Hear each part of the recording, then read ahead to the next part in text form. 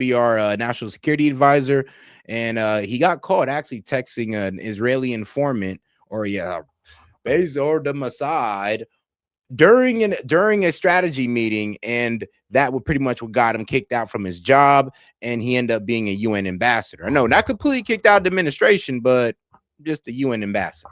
They call that a demotion. Tom Homan there. Also, President Trump had a phone call today with Minnesota Governor Tim Walz, calling on the governor to hand over all the criminal illegal aliens. But Walz claims his state honors all immigration detainers. Here's Caroline Levitt. She was in the briefing room earlier today. This tragedy occurred as a result of a deliberate and hostile resistance by Democrat leaders in Minnesota. Governor Walz and Mayor Frey have shamefully blocked local and state police from cooperating with ICE, actively inhibiting efforts to arrest violent criminals. They have also used their platforms to encourage left-wing agitators to stalk, record, confront, and obstruct federal officers who are just trying to lawfully perform their duties. This is precisely what unfolded in Minneapolis on Saturday morning. Obstructing federal law enforcement and inciting violence against officers is wrong and illegal. Just yesterday, Governor Walz compared immigration enforcement in Minnesota to the Holocaust. We have got children in Minnesota hiding in their houses, afraid to go outside. Many of us grew up reading that story of Anne Frank. Somebody's going to write that children's story about Minnesota. Okay, so a little hyperbole there. Tomorrow is actually Holocaust Remembrance Day, so who knows what he'll come up with by then. But, Jesse, the president also put out a Truth Social statement saying that they had a good call and that they have some sort of way forward, hopefully, and maybe the Border Patrol leaving, if that happens to turn out to be the case, maybe that's one of the steps forward. I'm very glad Walz called the White House, and they're both using the same word, which is cooperation, and that's all we've ever asked for.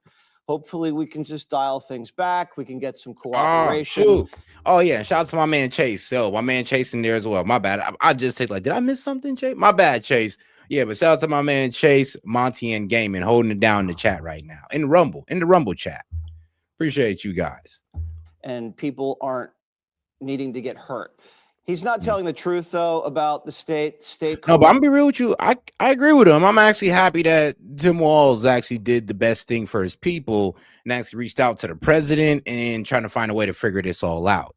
Because I mean, let's be real. If he actually if he actually cares about his safety of his people, then yeah, he should be reaching out to the president, because it's only getting worse in 3 different areas, not just Minneapolis. What was it? They said St. Paul in another area. Needing to get hurt. He's not telling the truth, though, about the state. State corrections only cooperates after an illegal has been convicted and served their sentence. The city jails and the county jails do not cooperate, and they release dangerous illegal criminals into the streets, and that's why ICE is having to conduct these dangerous manhunts. But both sides need to change tactics. The governor of Minnesota is in open rebellion. He has called ICE agents Nazis. He's told the people to get in their face and to kick them out of the state. And now it's like a low-level insurgency. There's very sophisticated communication tactics. There's like food drops. There's supply chains. It's crazy. They have stormed into churches. They have broken into hotels. They've looted cars. They've lit fires. They've kicked. They've bit off fingers of federal immigration police. So crazy. It's out of control. And now they're aiding and abetting dangerous foreign nationals who are fugitives from justice. And what ICE needs to do in order to change tactics is stick and move. You're sitting ducks for 6 weeks, and you have no backup from feds, and you have no backup from the locals. And you've announced to the entire country that you are in Minneapolis. You don't need to do that. You need to be more stealthy. Sticking like a boxer does not stand in the middle of the ring with his hands down and just gets hit and just gets hit. All right, even Tyson had head movement, okay? He had defense. He can hit hard, but you move away. That's what they need to start doing. The guy who brings a loaded firearm concealed into a dangerous... And it's crazy thing, too. They was doing this over here in Columbus, Ohio as well, where There would be a whole bunch of people standing outside the hotels where the ICE officers were staying at. And honestly, there were some that got vandalized, just like in Minnesota, but not as bad as Minnesota, not as bad. But honestly, it was just pretty annoying.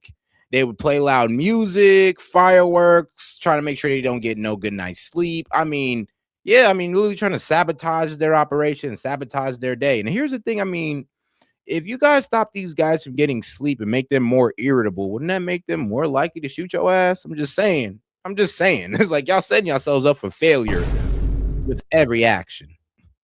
Against guy who brings a loaded firearm concealed into a dangerous fugitive operation is crazy. You do not bring a loaded gun and start violently and physically resisting and obstructing a manhunt. Okay? Anybody who knows you have a concealed permit and some guy is confronting you as federal enforcement, you say, "Here are my hands. I have a loaded weapon on me." And you wait for further instruction. You do not actively, physically resist. Now, you watch the video, and it's very, very chaotic. It may have looked like they might have disarmed this guy during the scuffle. You have whistles blowing. You can't hear anything. You hear gun, gun, gun, gun, gun. The guy, anytime guy says gun, gun, gun, and the subject pulls his arm back, you don't know if he's reaching. So obviously they're going to be doing a big investigation. They're going to find out what happened. We're going to look at the body cam, but it is not a clear-cut situation. And it's very divisive. It's partisan, the way they're reacting to it. And like I said, what's been going around, and that's why I've kind of been off all day, is I wanted to take some more time to look into the shooting, see what comes out. And what's coming out, it seemed like there was a faulty discharge. I'm not sure what the proper terminology is, but yes, the gun went off without pulling that damn trigger. So yes, a faulty discharge. Pretty much with these SIGs, you can just tap it somewhere on the lower barrel and it could fire, or maybe you could tap it anywhere else but the trigger and it will fire. And if this happened during that engagement, then I'm gonna be real with you, it makes sense why they just opened fire on him, because they mistakenly thought that it was probably coming from him, or maybe he grabbed the gun and they just all stepped back for their safety and unloaded on him. Wish it didn't happen, but that's what's looking like. Well, that's how it's looking like right now. Hopefully, if every side changed tactics, we can move forward. Oh, Gaming, where's that video you sent on Discord, or was that Monty? I'm not sure. And do what the American people have told the president to do, which is get these criminal illegals out of the country. It was the reaction to the chaos that you're watching right there on the screen, Jessica, I know you want to weigh in, that led to the president making this announcement today that Tom Homan is going to Minnesota, and now the Border Patrol is leaving. Right. The president was forced to make that decision because what happened to Alex Pretty, that he was murdered, was not divisive and was not partisan. It was clear as day. And there are video analyses up in the New York Times and the Wall Street Journal have both done incredible reporting on this, that you can see clearly that an agent had taken his gun already. I think it's the one wearing the black coat. And you have the guy with the gray coat. After the guy is shot, you already get 10 bullets in him, even though his hands were up. He had his phone in one hand, which you're allowed to do. You're allowed to video. The other one like this, crouched over. And then you hear another guy going, "Where's the gun? Where's the gun?" Well, shouldn't you know that before? Well, actually, that guy didn't say where's the gun until the man was already dead.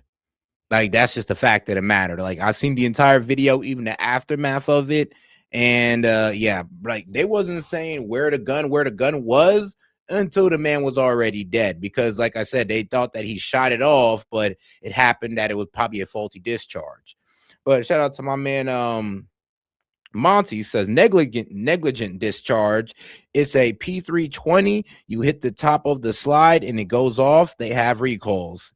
Now, I don't know. I think I sent the video to you too, because what I was looking at, it seemed like all bro had to do was just tap it, just tap the barrel just a little bit, and it was firing just the bottom. It was absolutely insane. You kill somebody? No. It takes a lot. No, you shouldn't. It takes a lot to unite the NRA and Greg Abbott and other major conservative forces in this country against the Trump administration and the way they're doing immigration enforcement. The First Amendment, the Second Amendment, and the Fourth Amendment have all been violated by the way that they are carrying this out. And people saw it clear as day, and that's why they responded this way. Hey, yo, and shout out Sleepy Lounge Talk for sending in a laughing disco for 250 jewels. I appreciate the support, my brother. And he said, I actually went to a demo channel, a Democrat channel, biased as hell. Dude named Dennis.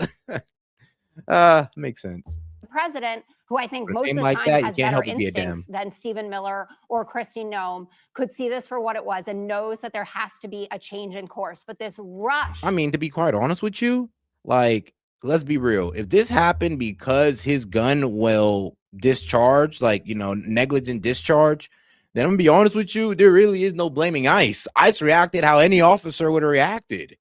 And I mean, it's sad that it happened that way, but I mean, it's gonna sound fucked up what I'm about to say, but it's kind of his fault for coming out with a faulty gun. If he'd have came out with a regular working gun that doesn't fire just by touching it or dropping it, he would still be here today. He would also still be here today if he never got involved in a law enforcement scene. So, there'd be that as well. Or he'd also still be here today if, well, I'm gonna be real with you, if Tim Walz would bring in the National Guard or if there's some type of crowd control being enforced by local police. All things that, that'll ensure that he'll be here today. I'm not wrong. To come out and say, again, like Renee Good, that he's a domestic terrorist. But you're rushing Stephen too. Miller, You've no, clearly I'm not. arrived at a conclusion before an investigation. Based on watching all of the video and the president. Have you seen the body cam video? I was unaware you had the You know body what? It's cam going to video. exonerate all the agents. You're completely right. Stephen Miller saying an assassin tried to murder federal agents, and this is your response. And J.D. Vance. Look, it doesn't matter. Look, here's the thing, lady. It doesn't matter what Stephen Miller say. Like, well, we're arguing about the legality of the shot. Are we arguing about how outraged we are at Stephen Miller and Kristi Noem over calling them a domestic terrorist? Are we arguing about the legality of the shot? Because if you want to argue about, them being called domestic terrorists, like, yeah, we get it. They're jumping the gun on that. But if we're talking about the legality of the shot, then I'm gonna be real with you. It's a lawful shot, especially we're talking about a negligent discharge, or we're talking about the perception of the officer, because that's something that all Dems don't want to get down with when it comes to these shootings. When you got to deal with as my man Parabolic like to say, the totality of the evidence, which the totality of evidence means that you got to also go from the perspective of the officer who made the shot. And it's not about what you all think from y'all still shots and all that. It's about what he perceived.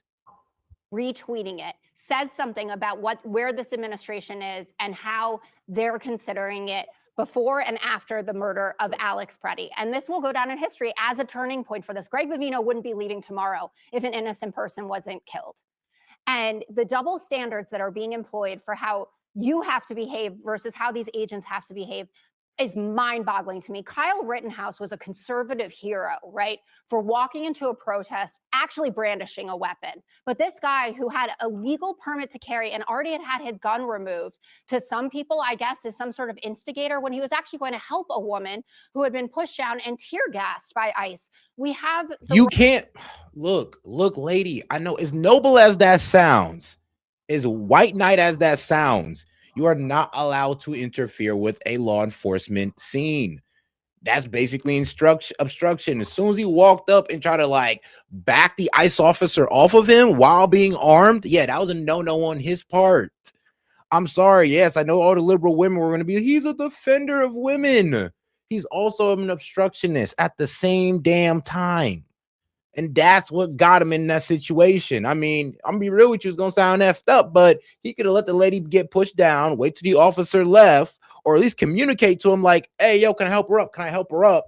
He's either gonna tell you no, back your ass up, or go ahead. But if you don't communicate whatsoever, you just come out of nowhere, gets in his way and you're armed, yeah, you just put yourself in danger. Right to protest. That should be upheld and respected, and it is not being. They were not. Did you call for an investigation after Renee Good? You did. Yeah.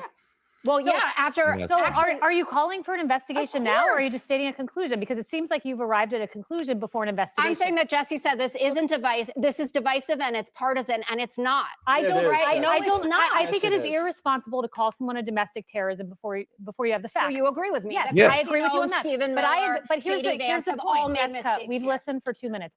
You are no different. That's the problem, though. You're too focused on look. All right, obviously these guys aren't even worried about the legality of the shot no more. Not even focus on legality. They're crying about, oh well, Stephen Miller and Kristi Noem called her domestic terrorists.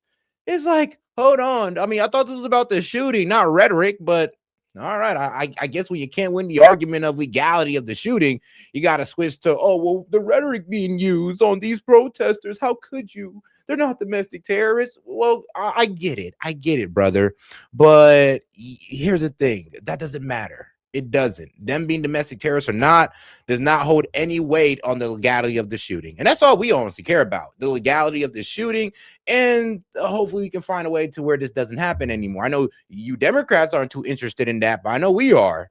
Well, I know I am. I know I am. Some of them, but the guys on my side are kind of done with y'all and kind of want y'all to throw yourselves into the fire. Like, go ahead, keep it going. Me, I want to help y'all just a little bit. Than Kristi Noem. Kristi Noem came out and said domestic terrorist. You are coming out and saying murderer. When you say murder, you are calling those 6 agents murderers before you have the facts. The responsible way to handle this is to say, one, it is a tragedy anytime a U.S. citizen dies. It is a tragedy that Renee Good died. It is a tragedy that Alex Preddy died.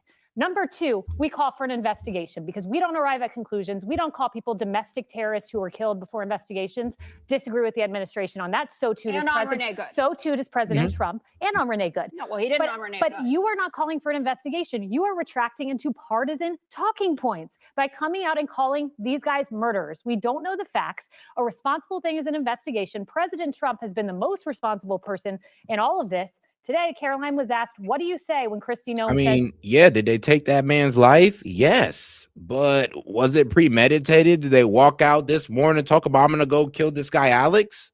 Of course not. I mean, like I said, like them, y'all were the main ones talking about due process, innocent to proven guilty. I mean, like I said, what happened to all of that? What happened to all of that? Because y'all was throwing that in our face. Now we're throwing it in y'all face. Y'all ain't even hearing it. There was max. Oh, and shout out to my man, Mr. Paramedic. He says, check Discord for video. All right, got you. Maximum damage. And he's first, though, I do want to get over to this one video right here. My man Gaming sent it in. Get into a couple of videos. Shout out to my man Gaming. Yeah, see this, and this is where everybody's been hyper focused on. When bro is running away with the gun, people even say that they can kind of see the slide cock back and everything. Gun that's been shot on the last bullet. With the this man did his due diligence. Slide visibly to the rear in the frame. Yep. Walking. Oh, yep, you can see it move. Like he took it. I mean, in worst case scenario is he pulled it and he accidentally pulled the trigger. But more than likely, it seems like these guns, like I said, I got this video right here for a reason. These guns are known to put some input into the slide somewhere. Will it go off again? Will it release? Let's see. Negligent discharge. That's 3 in a row. Let me take the screw out.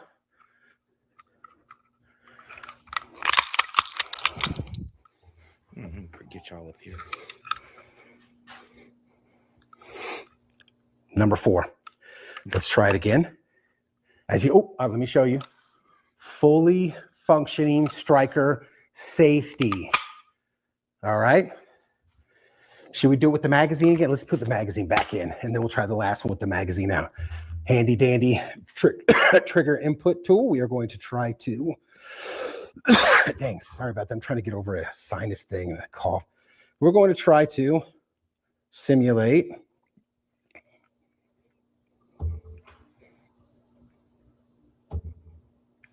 all right, here we go.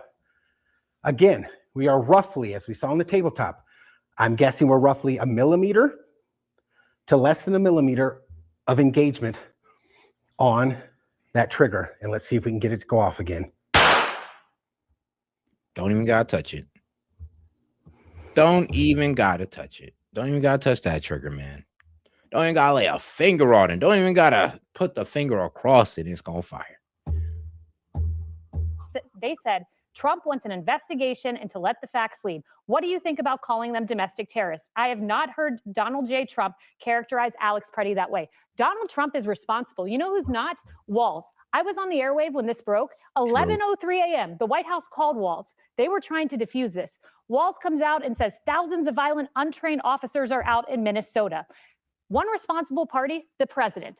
Did those underneath him act irresponsibly? Yes. But Walz and Donald Trump, don't even put them in the same camp. Donald Trump's leading. You are no different, I'm sorry, than Kristi Noem. Real quick, as the one person who carries a gun just about every single day, I'm not in I the mean, city, and the one low-key, she did make a good point. It's like, you're over here trying to call them murderers, but you're over here, like, without no facts, without no conviction, no innocent until proven guilty, right? But you're over here getting mad at Stephen Miller and Kristi Noem for, jumping to conclusions, no facts, no nothing, calling them domestic terrorists. Like, you're doing literally the same thing that you're getting mad at them for.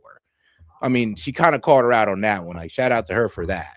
person that's been in a similar situation holding a gun while people are riding, and perhaps the one person who understands, I don't want to say the one, but someone here who understands this a little bit, because I've been in that situation. It's a couple of things. Number one, the Second Amendment is a right. I'm a Second Amendment absolutist. You have the right to carry a weapon to defend yourself, not the privilege. It is a right. Those rights come with restrictions. I think you would understand that more than anyone at this table. One of those restrictions is you have to have your ID and your permit on you. We don't know. Current reports are he didn't have either one of those on, at which point he's not carrying legally. But number two, even beyond that, with the right to carry a firearm comes the responsibility to do it correctly, and to do it with foresight, and to do it understanding the situation you're walking into and what could happen once you get there. Just about every state offers a class on that. And if you carry your firearm, you should take that class. And if your state charges you for it, you should go protest for that class to be taxpayer funded, because it is a right. So that's important. We can talk about policy all day long. There's only one person in this world that could have absolutely prevented. I mean, shit, bro. Watch the YouTube video. I don't know. Like, bro, it's one of these, bro. Actually, there are YouTube videos on gun safety. Shoot, I mean, F a class. I mean, if you need the nice little certification, sure. But you can go on YouTube and look up gun safety. You can go on YouTube and look up the best guns to buy for a beginner. I mean, bro, YouTube got almost all the answers except for the ones about life.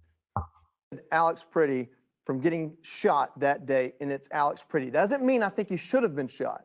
I don't think it was necessary whatsoever to shoot Alex Pretty to save a life. But I get to watch that incident from behind Alex Pretty, not as one of the arresting officers, and not as potentially the person that I believe from looking at the video did shoot him. Why does he have 10 rounds in him? Because if you have to shoot anybody once, you better shoot them enough to kill them, because if you're shooting somebody, you think they're trying to kill you. Every police officer in this country is taught that. If you want to change that, go lobby to have it changed. Why was he shot? He was shot because of the reasonableness clause, the reasonableness doctrine. The Supreme Court decided this, which is the fact that if you are a police officer conducting police work and someone has, and it's explicitly outlined, someone has resisted arrest, violently or not, disobeyed orders, and shown the means to harm you, then you have the ability to protect yourself. Now, do I think he should have been shot? No, because I see 10 things that happened before that happened that could have been handled differently. But what I don't see are the 10 minutes before that happened. You call him a protester, I call him an agitator. He showed up with a cell phone. He showed up in the middle. And we'll be getting to that, because actually CNN did release a video on the events leading up to the death of Alex Petty. The street in the middle of an operation.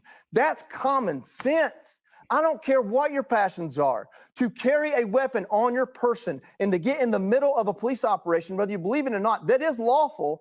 100%. Another way it could have been prevented is if there was a police cordon from Minneapolis Police Department stopping people from, like Alex Pretty, from getting it. That happened. You call him a protester, I call him an agitator. He showed up with a cell phone. He showed up in the middle of the street, in the middle of an operation. That's common sense. I don't care what your passions are. To carry a weapon on your person and to get in the middle of a police operation, whether you believe it or not, that is lawful.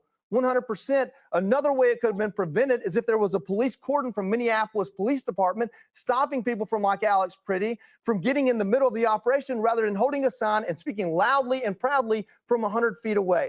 That is the end of the story. There might even be a federal agent that goes to jail because some jury or a federal investigation decides he acted prematurely or shot him and shouldn't have. That I'm not arguing or disputing that, because I haven't seen the investigation. But I know for a fact Alex Pretty had no business where he was in that moment. I know for a fact that he did resist arrest. And if you are carrying lawfully, the moment you resist arrest, you are now carrying unlawfully, to the point that in the state of Minnesota, your carry permit is revoked in that moment. So the point here is nobody's condemned in this other than the politicians that let it happen. And if for you, that's Donald Trump, and if for you, that's Tim Walz, As an American citizen, I'm glad both of them talked today. This doesn't ever need to happen again. Border Patrol agents need to get to the border and do their job. Minneapolis Police Department, all 600 of them, if they need to be there to help ICE surgically extract people like, what's his name, Jose Huerta Chuma, who is violent rap sheet that includes domestic assault involving intentional bodily harm. I don't care who you are in this country, but if you're willing to risk your life for that person, whatever happens to you, my sympathy goes down quite a bit. I don't want anybody to get hurt. I love people. I even love bad people. But for God's sake, have some common sense. That's your responsibility, especially if you're carrying a weapon. And that was not exercised, and I can't help that. Hey, I mean, hey, I'll be keep it real. You didn't tell not one lie he told. All right, now I'm gonna go ahead and play this video, and then after that, I'm gonna go ahead and bring my man Monty and Gaming in. So while Bovino's cracking down in Minnesota, House Republicans turning the heat up on Ilhan Omar. They want to know how she got all that money. What your response is to the Oversight Committee launching an investigation into your net worth, you and your husband's net worth. They're claiming that it's risen rapidly. What's your response to what they're saying? House Oversight Committee Chairman James Comer. All right, Mr. Comer, you were in banking before politics, right? So she suddenly in 1 year, after being worth a few $1,000s, is now worth $30 million. Have you ever seen anything like that? No. And the way the financial disclosure forms are, there's a big variation. But here's what we know. She went from zero to anywhere between $6 and $30 million in a year. Now, I mean, brother, I'll be real with you. When that a lot of women have done what she done. You know what it's called? Marrying up. That's exactly what she did. It's called marrying up. Now, let's see here. But let's go ahead and look up this guy, Tim Minette, because I think this is going to open it up for you guys. So let's see here, guys, because a lot of people don't know this, but Tim Minette's net worth, and this is Ilhan Omar's third husband, by the way. But yes, as of late 2025, Tim Minette, a political consultant and husband of Representative Ilhan Omar, has been linked to a reported joint net worth of approximately $30 million. This significant figure has drawn attention and scrutiny regarding financial surges. And Tim Minette, if you look at his history, yes, he's been a political consultant, owned a political consultant company for a while. And I'll be real with you, the funny business between Ilhan Omar, well, while she was with her second husband and doing her campaign, she was working with Tim Minette and actually, yes, paying this guy money for helping her do political consultant, while also cheating on her second husband with this guy, Tim Minette, who's now her third husband, who was approximately worth $30 million and a political consultant. And he's been worth millions, well, for a while now, actually. I wonder if I could find his 2021. Like for a while now, this guy has kind of been rich. See, in 2024, Tim Minette had a household net worth of $6 million and $30 million at the end of 2024. So yeah, I'm be real with you. You can't link Ilhan Omar to that 30 million without bringing in this guy Tim. And if you don't know who Tim is, well, here's your boy Timmy. Here's Timmy. Yeah, this guy. That guy. So, yes, this is Ilhan Omar's Tim, pretty much the reason why she has such a high net worth. And I almost feel like if we try to expose her net worth, we're going to end up exposing all the ish that he was doing with her. Because, you know, those political consulting companies, man, Lord knows they ain't running on the up and up. All right, man, let's go ahead and bring in my boys here, man. Shout out to my man Monty and my man Gaming. How's it going, brother? What up, dog? What up? And it's all good. It's all good. What you guys thinking so far? I ain't heard I sent you the P320 video that I have. I mean, you already showed a good one where you can squeeze the slide and it'll set it off. But there's an even better one. That guy put a screw in the trigger, so there's trigger travel. You don't even have to have that happen. If the back of the slide gets hit or compresses at all, it'll go off. What? All right, then. So it's an ongoing meme in the gun community, which I'm also, a huge follower of.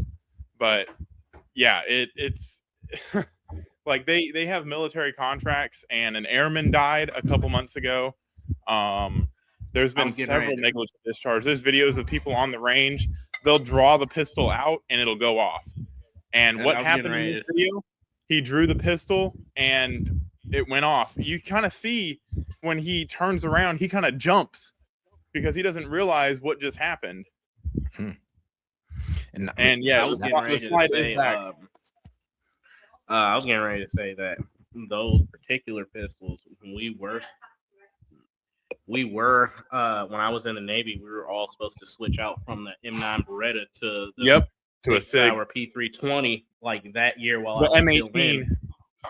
Yeah, and they ended up the U.S. Navy canceled the contract because they said all of the pistols, every time you would try to holster them with live ammunition, they would go off. And mind you, the military variant of those pistols don't have a safety. The military variant does have a safety. That's the variant that does have a safety, is the M18 and the M17. The P320 yeah, we had the P320. That's why. Oh, you did not have an M18? No, we were getting the P320s. Oh, belay my last. So sorry for anybody that's not keeping up. The M18 and the M17 are the military contract versions of the P320 that have a manual safety, kind of like a 1911 has a manual safety in the back. So it's a dangerous weapon. SIG has denied it and sent cease and desist to people that have said anything about it. So I wouldn't talk too much about it unless you want to get sued by SIG. But I'm gonna talk all the smack I want to, because it's real hard to send a cease and desist letter to the U.S. Department of Defense. For canceling multi-billion dollar contracts because several of their service members across all 5 branches have been injured and or nearly killed by the weapon. There's an airman that died a couple months ago. He was shot in the head. The weapon failed and he dropped it, and it was pointed at his head when it hit the ground, and it shot him. Oh shit! God damn. Wow. So those it is special forces won't even carry it. The reason I'm going, they carry a 226. The reason I want to go off of this so hard and heavy right now is because I can't wait for all the people that are anti-gun that are suddenly going to become gun experts. I want this field played right now, and I would venture to say if we ever actually do get the report from this investigation, there's going to be a bullet hole in the ground very far away from Alex Peretti from that SIG going off. Oh yeah. Because you can't talk about, especially with this particular type of gun, you can't not talk about it without mentioning the history behind the weapon. And I don't really care about SIG knowing, because I was in and I witnessed personally. I have a P320. Like, I like SIG and I like the P320, but you have to recognize it is not a safe gun. It's not a and they make some, and this is not.